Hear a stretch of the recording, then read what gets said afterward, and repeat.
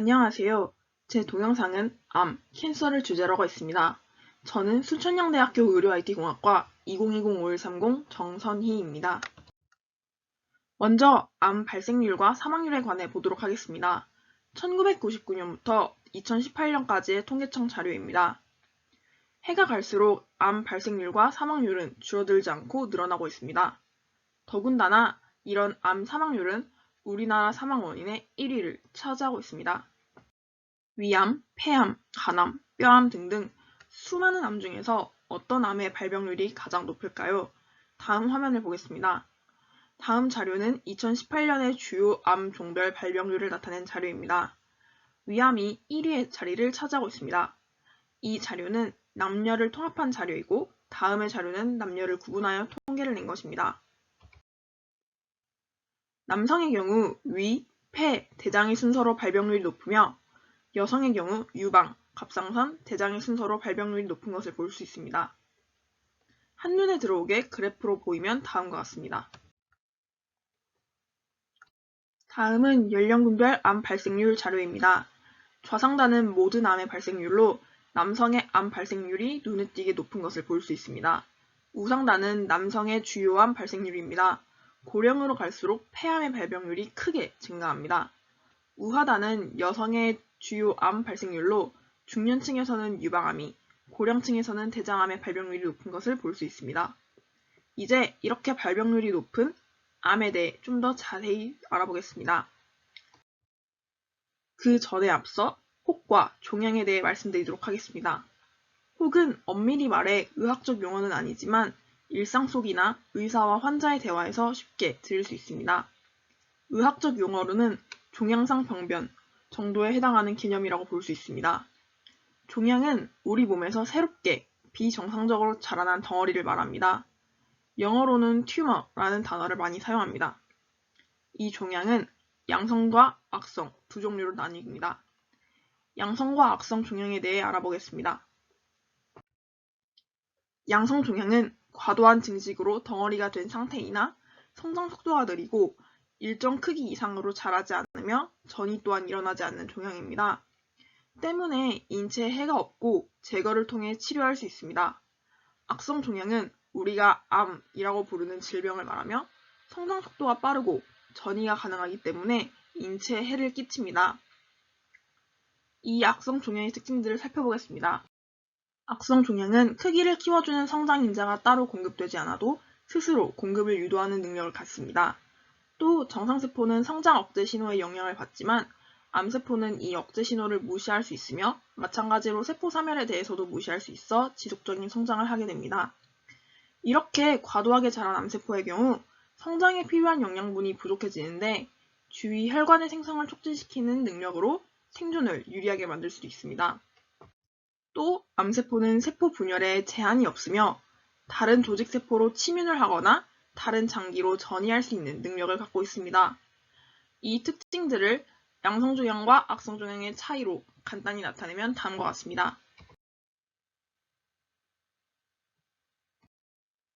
이제 암에 대해 더 깊게 알아보도록 하겠습니다. 암세포는 일반적으로 신체 어느 부위에서든지 발생이 가능하며 암, 악성종양의 이름을 짓는 데에는 다음과 같은 두 가지 규칙을 적용합니다. 예를 들어 암세포의 발생기원 측면에서 보았을 때 세포의 종류를 크게 결체조직성 종양과 상피성 종양으로 나눌 수 있습니다. 그 밖에 혼합성 종양, 복합성 종양, 기형종 등이 있습니다. 암세포의 발생 기전에 대해 알아보겠습니다.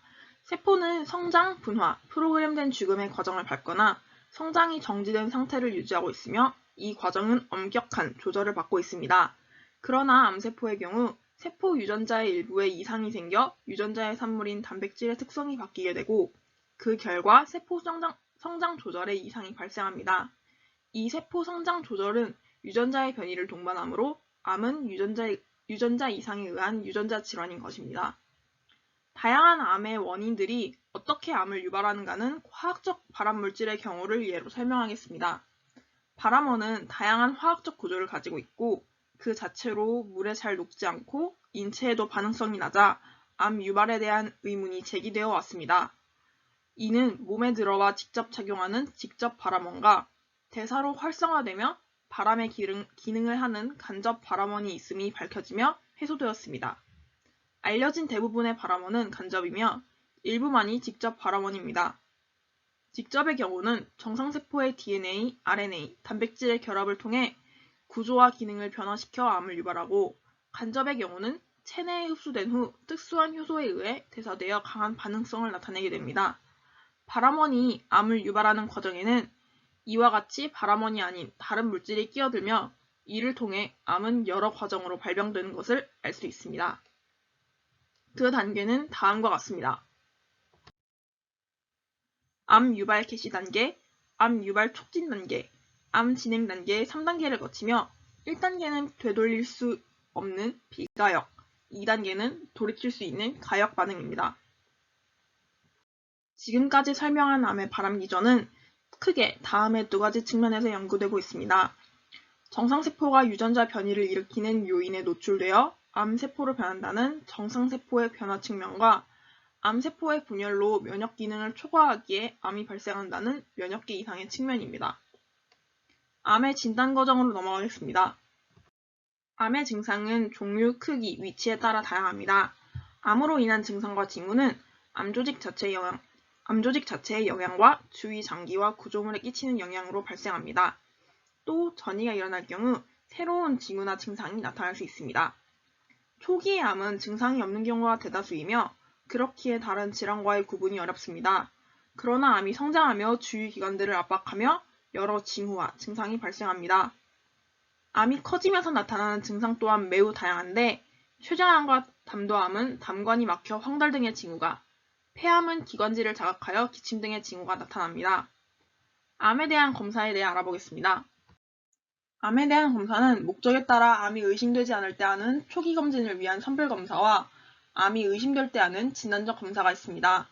또 진단된 암에 대하여 진행 단계를 결정하기 위한 검사와 치료 후 재발 여부 판명을 위한 추적 검사가 있습니다.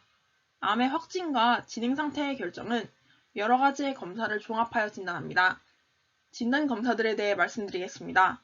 암의 진단은 의사의 진찰을 통해 증상을 상담하고 신체 부위를 체계적으로 검진하는 것에서 시작됩니다.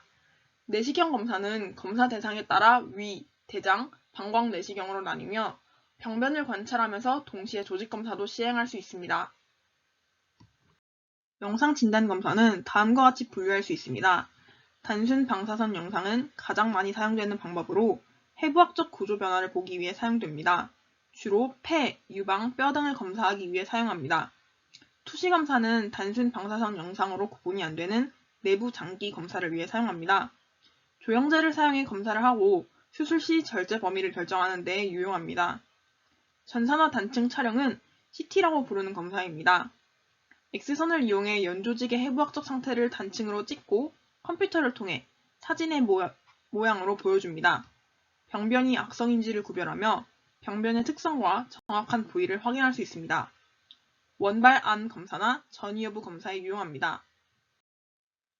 초음파 검사는 음파를 이용해 비침습적으로 쉽게 할 수 있는 검사입니다.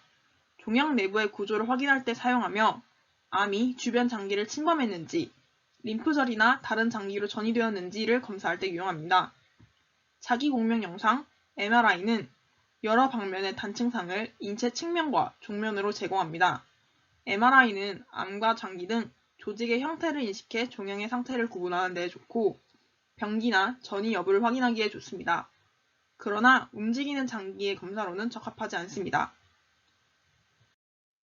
핵의학 검사 또한 종류가 나뉩니다. 방사능 표지 물질을 정맥 주사하여 종양이 있거나 이상이 있는 부위에 방사능 물질이 농축되는 것을 이용한 검사입니다. 볼스캔의 경우는 뼈로 전이되는 암의 전이 여부를 판명하기 위해 흔히 사용됩니다. 그러나 암이 아닌 다른 원인에 의해서도 방사능 물질이 농축될 수 있어 이것만으로는 암을 확진하기 힘듭니다. 양전자 방출 단층 촬영술, 펫은 종양세포의 대사 변화를 단층 촬영 및 3차원의 이미지로 만들고 이를 통해 암의 유무와 분포를 알 수 있는 진단법입니다. 전이가 의심되는 경우, 전이의 위치를 알기 어려운 경우, 다른 검사로 암 감별이 어려운 경우에 유용합니다. 종양표지자 검사. 종양표지자 검사는 암세포가 만드는 물질, 암세포가 체내 정상세포에 영향을 주어 나오는 물질인 종양표지자를 이용한 검사입니다. 이는 암의 존재를 알리는 지표의 역할을 하며 다양한 조사를 가능케 합니다. 그러나 많은 종양표지자들은 암이 없어도 증가하거나 검출되기도 하므로 이것만으로 암을 확진하지는 않습니다. 종양표지자는 암의 종류에 따라 다양하고 하나의 검사로 사람에게 생기는 모든 암을 알 수 있는 표지자는 없습니다. 때문에 보다 나은 표지자를 찾기 위한 연구는 계속되고 있습니다. 진단법의 마지막입니다. 암의 확진은 암 조직에서 암세포를 진단하는 것으로 이루어집니다. 암은 여러 종류의 세포에서 생길 수 있기 때문에 세포 검사로 암세포의 종류를 확인해야 합니다. 암 조직에서 암세포를 얻는 법은 다양합니다. 피부를 절개하여 직접 생검해 암 조직을 검사할 수 있고 주사기를 이용해 세침 흡입을 하여 미세침 흡입 생검 검사를 할 수도 있습니다. 그 외에도 내시경을 통해 작은 포셉을 이용한 조직 검사도 가능합니다. 또 이 말고도 암의 진단법은 여러 가지가 있으며 쉽고 간단한 진단을 위해 연구는 계속되고 있습니다. 암의 진행 단계는 암 세포가 퍼진 정도에 따라 결정됩니다. 진행 단계에 따라 치료가 결정되므로 이를 검사하는 과정은 매우 중요합니다. 암은 원발장기에서 생겨 혈관과 림프절을 따라 퍼지므로 원발장기 주위 림프절을 조직 검사하여 주위로 퍼졌는지를 알 수 있습니다. 진행 단계를 나타내는 법은 암의 종류에 따라 다양합니다. 일반적으로 TNM법을 많이 사용합니다. T, 튜머는 원발기관에서 원발 종양의 크기와 치밀 정도를, N, 노드는 원발 종양에서 주위로 얼마나 퍼졌는지를, M, 메타스타시스는 몸의 다른 장기로 암이 퍼졌는지를 의미합니다. 여러 검사를 통해 TNM법으로 암의 상태를 결정하면 1기, 2기, 3기, 4기로 진행 단계를 간단히 요약합니다. 일반적으로는 치료 결과의 개념을 포함해 조기암, 진행암, 말기암이라는 분류도 사용합니다. 암 치료에는 두 가지가 있습니다. 경우에 따라 한 가지의 방법만 사용하기도 하고 치료 효과를 높이고 부작용을 줄이기 위해 여러 방법을 복합적으로 함께 사용하기도 합니다. 적극적인 암 치료는 암 덩어리를 없애거나 줄이고 암세포를 죽이기 위한 치료입니다. 크게 수술, 항암화학요법, 방사선 치료 세 가지로 구분합니다. 이외에도 다양한 치료 방법이 있습니다. 수술의 치료는 치료 효과를 얻기 위하여 시행하는 근치적 수술, 예방적 효과를 얻기 위해 사용하는 예방적 수술과 증상의 완화를 위해 사용하는 완화적 수술로도 나뉩니다. 완화 의료는 환자의 삶의 질을 높이고 증상을 조절하는 데 초점을 맞춘 치료입니다. 완화 의료는 적극적 암 치료처럼 질병에 초점을 두고 완치를 목표로 하지는 않습니다. 치료 효과를 높이고 환자의 삶의 질을 향상시키기 위해 암 치료와 완화 의료가 적절히 이루어져야 합니다. 암의 치료법에 대해 더 자세히 알아보겠습니다. 인터벤션, 인체 내부 구조를 영상할 수 있는 투시 장비, 혈관 조형 장비, 초음파 장비, 컴퓨터 단층 촬영 장비, 자기공명 영상 장비 등 영상 장비의 개발은 끊임없이 이루어져 왔습니다. 이를 이용해 몸속을 관찰하면서 원하는 인체 부위에 의료용 바늘이나 카테터 등을 정확히 위치시킨 후 원하는 치료를 시행하는 것이 가능해졌습니다. 이런 의미에서 인터벤션을 영상유도화 시술이라고 합니다. 일반적인 수술은 피부에 큰 절개를 하고 직접 인체 내부를 들여다보며 암의 제거 등 질병 치료를 합니다. 인터벤션은 피부에 작은 구멍을 만들고 이를 통해 의료용 도구를 진입시켜 조작하여 치료합니다. 이런 의미에서 인터벤션을 피부를 통한 시술이라고도 합니다. 피부에 큰 절개를 하면서 시행하는 수술은 의사와 환자 모두에게 부담감을 주고 회복을 위해서 긴 기간이 필요합니다. 인터벤션은 수미리미터 길이의 구멍을 통하여 시술하므로 부담감이 적고 회복이 빠릅니다. 이런 의미에서 인터벤션을 최소 침습 시술이라고 합니다. 그림으로 나타내면 다음과 같습니다. 그 다음 수술입니다.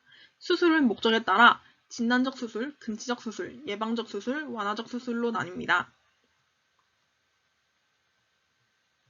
다음은 항암화학요법입니다.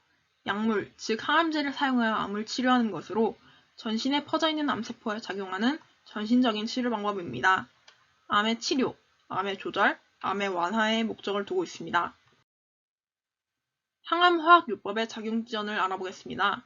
항암제에는 세포주기 특이 약제, 세포주기 비특이 약제가 있고 이는 DNA와 RNA 합성, 분열 과정을 방해하거나 분자 자체에 영향을 미쳐 암세포를 죽입니다. 그러나 암세포뿐 아니라 정상세포 중 위장관의 점막, 머리카락, 골수, 생식계 세포들에도 영향을 미칩니다. 하지만 이는 항암이 끝나면 대개 사라집니다. 복합화학요법이라 하여 2개 이상의 항암제를 병용 사용하고 제한된 독성 범위내 최대 암세포를 최대한으로 제거하는 방법도 있습니다. 투여 경로는 정맥주사, 근육주사, 피하주사, 경구투여 등이 있습니다.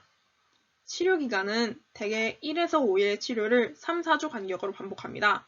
항암제 투여 후 2, 3주의 정상세포 회복 휴식기간이 필요합니다. 치료 효과 평가, 원전관해, 부분관해, 안정상태, 진행성 질환으로 나뉩니다. 표적치료제는 암세포가 특징적으로 가진 분자를 표적으로 합니다.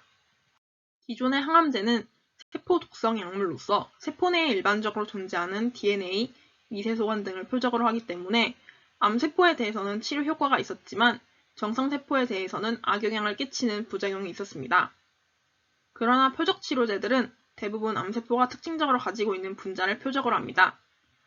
분자적 표적이 되는 것은 암세포의 신호 전달 경로, 혈관 신생, 세포 간질, 세포주기 조절 인자, 세포 사멸 등이 있습니다. 표적 치료제에 대한 그림을 보면 다음과 같습니다. 다음 방사선 치료에 대해 말씀드리겠습니다. 방사선이란 에너지를 가진 입자 혹은 파동의 흐름이 공간이나 매질을 통해 전파되는 것을 말합니다. 발생 근원에 따라 자연 방사선과 인공 방사선 두 종류로 나뉩니다.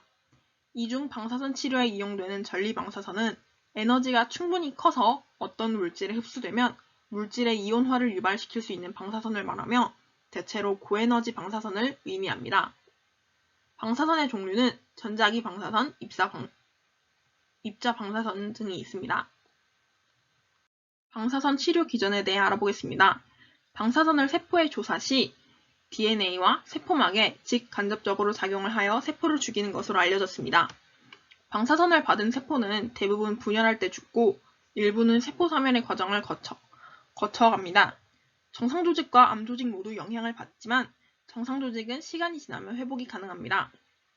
또 치료 목적에 따라 근치적 방사선 치료, 완치적 방사선 치료로 나뉘며 치료 방법에 따라서 외부 방사선 치료, 근접 치료로 나뉩니다.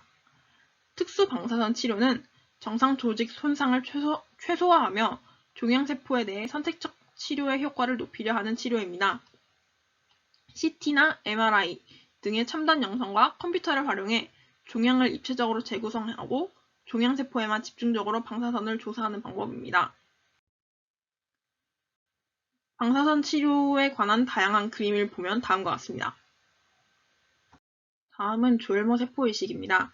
조혈모 세포는 골수나 백혈구 조혈성장 인자를 투여 후 말초 혈액에 존재하며 산소를 운반하는 적혈구, 우리 몸에 침입하는 균들을 막아내는 백혈구, 지혈을 담당하는 혈소판 등을 생산하는 세포를 말합니다. 자기와 같은 세포를 만들 수 있는 자기복제 능력, 말초 혈액에서 보이는 혈구들로 분화할 수 있는 혈구 분화 능력을 갖고 있어 일생 동안 지속적인 조혈이 가능합니다. 과거에는 조혈모 세포를 골수에서 주로 얻었으나 최근엔 말초 혈액이나 제대 혈액에서도 얻을 수 있습니다. 조혈모 세포 이식은 백혈병과 같이 세포 분화 과정에서 이상이 생긴 경우 재생불량성 빈혈과 같이 조혈모 세포의 숫자가 줄어들어 이상이 오는 경우에 이들 질환을 근본적으로 치료하기 위해 사용합니다. 조혈모 세포 이식에 대해 좀 더 알아보겠습니다. 조혈모 세포 이식의 종류는 공급원에 따라 골수 조혈모 세포 이식, 말초 혈액 조혈모 세포 이식, 제대혈 조혈모 세포 이식 등이 있습니다. 그 다음 공유저에 따라 자가 조혈모 세포 이식, 동계 조혈모 세포 이식, 동종 조혈모 세포 이식이 있습니다. 조직 적합성 항원 HLA 검사에 대해 좀 알아보겠습니다. 공여자와 환자 사이의 조직 적합성이 적합한가를 검사하는 것으로 HLA 일치 여부가 이식 성적과 직결됩니다. 가장 적합한 공여자가 선택되어 이식하는 것이 원칙입니다. 혈연 중 일치자가 없으면 비혈연 조혈모 세포 검색을 위해 골수은행에 요청을 하게 됩니다. 조혈모 세포의 채취, 골수 조혈모 세포의 경우 엉덩이 뼈 중 장골이 채취에 용이하며 2에서 3주 이내에 회복이 가능합니다. 말초 조혈모 세포, 항암 후 골수 부전에서 회복되거나 백혈구 성장 조혈인자 투여 시 말초 혈액으로 조혈모 세포가 가동화됩니다. 이를 특수 장비로 추출합니다. 제대혈 조혈모 세포, 신생아 분만 시 산모의 태반과 탯줄을 제대를 하는데 이곳에서 채취합니다. 아래쪽 그림은 말초 조혈모 세포 채취하는 기계의 모습입니다. 조혈모 세포의 주입, 채취된 골수는 무균 상태로 골편, 지방덩어리 등을 제거하고 조혈모 세포 처리실에서 혈장과 헤파린 등의 성분을 제거합니다. 혈액형이 다른 경우 적혈구도 제거하여 히크만 카테터를 통해 정맥 투여하게 됩니다.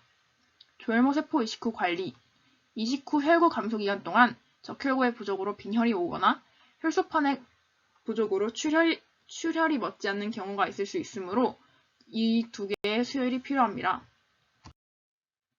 면역요법, 가장 바람직한 항암치료는 암세포를 선택적으로 죽이면서 정상세포에는 되도록 손상을 주지 않는 치료를 말합니다.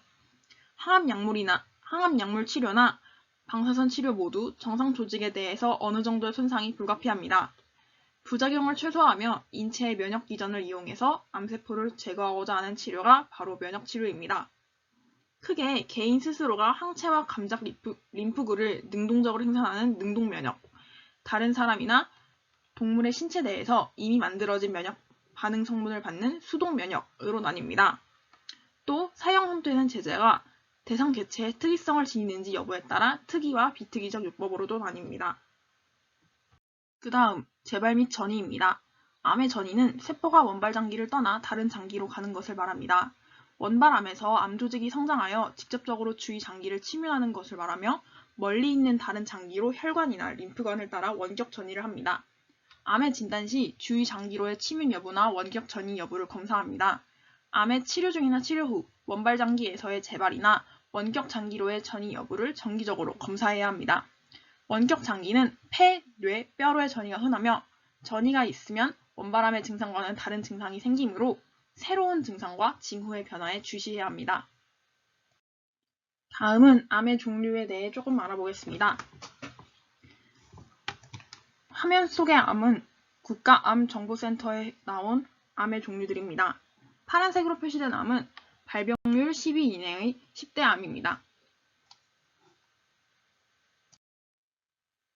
그리고 이 암들 중 앞서 말했던 발병률이 높은 암 4개를 소개해드리겠습니다. 첫 번째는 위암입니다. 음식물의 저장과 소화 기능을 담당하는 위에서 발생합니다. 주로 위점막의 선세포, 샘세포에서 발생한 위선암을 일컬습니다. 이외에도 위에는 드물게 림프 조직에서 발생하는 림프종, 위의 간질세포에서 발생하는 간질성 종양, 비상피성 세포에서 유래하는 악성 종양인 육종, 그리고 호르몬을 분비하는 신경 내분비암 등이 발생합니다. 위험 요인은 여러 요인들이 복합적으로 작용합니다. 환경 요인에는 식이, 흡연, 음주, 전리방사선 등이 있고 개체 요인에는 특정 유전적 소인 등이 있습니다. 그 외에도 다양한 과거력, 가족력 등이 포함됩니다. 일반적인 증상은 상당 정도 진행될 때까지 증상이 없는 경우가 다수입니다. 증상이 있어도 다른 소화기계 질병 증상과 유사하기 때문에 잘 알기 어렵습니다. 따라서 조기에 검진을 하는 것이 매우 중요합니다. 검진의 경우 위 내시경 검사, 전산화 단층 촬영, CT로 진단합니다. 치료 방법은 진행 정도에 따라 결정되며 내시경 절제술, 수술, 위절제술, 항암치료로 이루어집니다. 부작용과 재발, 전이, 수술 후 약 10에서 15% 환자에서 합병증이 발생합니다. 조기 위암의 경우 5에서 10%, 3기 이상 진행성 위암의 경우 40에서 70%가 재발합니다. 그 다음 갑상선암입니다. 갑상선은 목 앞쪽에 튀어나와 있는 갑상연골의 2-3cm 아래에 위치한 나비 모양의 장기로 갑상선 호르몬을 분비합니다. 갑상선에 혹이 생기는 것을 갑상선 결절이라 하며 이 중 5에서 10%가 갑상선 암으로 진단됩니다. 갑상선 암의 95% 이상은 유두암이며 이외의 여포암, 저분화암, 미분화암, 수질암 등이 있습니다. 위험 요인으로 가장 큰 것은 방사선에 관한 것입니다. 목 주변에 방사선 치료를 받은 경우, 방사선 노출 사고에 의한 경우, 그리고 방사선에 노출된 나이가 어릴수록 노출 정도의 비례 증가해 위험도가 커집니다. 가족력과 비만 또한 발생 증가의 요인으로 꼽힙니다. 일반적인 증상, 대부분은 아무런 증상이 없습니다. 그러나 암이 진행된 경우 목에 덩어리가 만져질 수 있고 목소리 변화, 음식물을 삼키기 어렵거나 숨이 차는 증상 등이 생길 수 있습니다. 진단의 경우 초음파를 통해 결절의 모양과 크기를 평가하고 미세침 흡인 세포 검사, 중심부 바늘 생검으로 악성인지 여부를 판단합니다. 치료 방법은 기본적으로 수술입니다. 종류, 크기, 결절의 수, 침윤 정도, 전이 여부에 따라 갑상선 전절제나 엽절제를 시행합니다. 그러나 갑상선을 제거 시 호르몬 분비가 불가해지므로 평생 갑상선 호르몬제를 복용해야 합니다. 부작용과 재발 전이, 합병증은 거의 없습니다. 부작용으로 성대 신경 손상, 부갑상선 기능 저하증, 갑상선 저하증 등의 부작용이 생길 수 있습니다. 그 다음 폐암. 폐는 심장과 함께 흉곽, 가슴 안을 채우고 있는 장기로 이곳에 생긴 악성 종양을 폐암이라 합니다. 암세포의 크기와 형태를 기준으로 비소세포, 소세포, 폐암으로 구분합니다. 80에서 85%는 비소세포 폐암이며 이는 선암, 세암, 평평상피세포암, 대세포암 등으로 다시 분류합니다. 소세포 폐암의 경우 악성도가 높아 발견 시에는 이미 전이가 일어난 경우가 많습니다. 위험 요인, 중요한 발병 요인은 흡연입니다. 흡연이 약 70% 연관되어 있습니다. 흡연자는 비흡연자에 비해 10배 이상의 위험이 있다고 알려져 있습니다. 그 외에도 간접흡연이나 성면의 지속적인 노출이 10에서 35년의 잠복기를 거쳐 발병하기도 하고 방사선 동위원소나 중금속, 요즘 많이 이기되는 미세먼지 등의 요인, 그리고 가족력 등에 의해서도 위험 요인이 해당됩니다. 일반적인 증상은 초기 증상이 없는 것이 특징입니다. 따라서 조기의 검진이 중요합니다. 진단은 흉부 단순 X선 촬영, 전산화 단층 촬영으로 가능성을 확인합니다. 그 외에 조직학적 확진과 진행 정도의 판단이 필요합니다. 치료 방법은 수술, 항암화학요법, 방사선요법이 있으며 비소세포암과 소세포암의 경우 그 치료 방법이 조금 다릅니다. 부작용과 재발 전이, 폐렴 등의 합병증이 발생할 수 있으며 재발이나 전이가 다른 암보다 많습니다. 다음 유방암입니다. 유방은 기름샘이 변형된 것으로 피부의 한 부속기관입니다. 유관과 소엽 같은 실질 조직에 발생하는 것, 그 외 간질 조직에 발생하는 것으로 구분됩니다. 유관과 소엽의 암은 퍼진 정도에 따라 치밀성과 비치밀성으로 다시 구분하고 남성의 유방암은 여성의 1% 이하이며 치밀성 유방암이 가장 많습니다. 위험 요인에는 비만, 음주, 방사선 노출, 가족력이 있으며 호르몬과 관련해서는 이른 초경, 늦은 폐경, 장기적 호르몬 치료 등에 의한 요인도 있습니다. 일반적인 증상, 초기에는 대부분 증상이 없습니다. 흔히 생각하는 통증은 대부분 유방암과 관련이 없다고 합니다. 개인이 집에서 멍울이 만져지거나 피가 섞인 분비물이 나오거나 유방 피부가 마치 오렌지 꽃 껍질처럼 두꺼워지는 것 등으로 발견합니다. 자가검진, 방사선 검사, 조직검사 등으로 진단합니다. 치료 방법은 수술, 약물요법, 방사선 치료가 있으며 아주 초기의 유방암을 제외하고는 수술 후 항호르몬요법, 항암화합요법을 시행합니다. 부작용과 재발 전이, 수술 후에는 림프 부종의 부작용이 있을 수 있으며 항암화학요법의 경우 탈모, 구역질, 백혈구 감소증, 혈소판 감소증 등의 부작용이 있습니다. 항호르몬 치료제의 경우 안면 홍조, 불규칙한 생리 등의 부작용이 발생할 수 있습니다. 영상을 마치며 처음에는 어떤 주제로 결정해야 할지 고민이 많았습니다. 그렇게 고민을 하던 도중 불현듯 암이라는 단어가 떠올랐습니다. 암의 발병률이 높다는 것은 뉴스에서, 신문에서, 주변에서 익히 들어왔고 또 생각보다 암이 흔하다는 것을 주변을 통해서 알 수 있었습니다.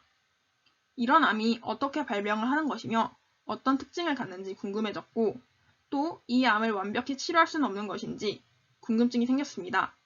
암에 대해 찾아보면서 국가암센터, 국립암센터 등 우리에게 암에 대한 많은 정보를 알려주는 곳이 있다는 것을 알 수 있었고, 암의 종류가 이렇게나 많다는 것을 알 수 있었습니다. 제가 공부하는 의료 IT 공학과는 의사나 간호사처럼 직접적으로 환자를 치료하고 환자를 살펴보지는 않지만 이렇게 자세히 조사해본 정보들을 통해 도움을 줄 수 있는 기계 혹은 프로그램 등을 만들 수 있지 않을까라는 생각을 하게 되었습니다. 발표는 여기까지입니다. 감사합니다.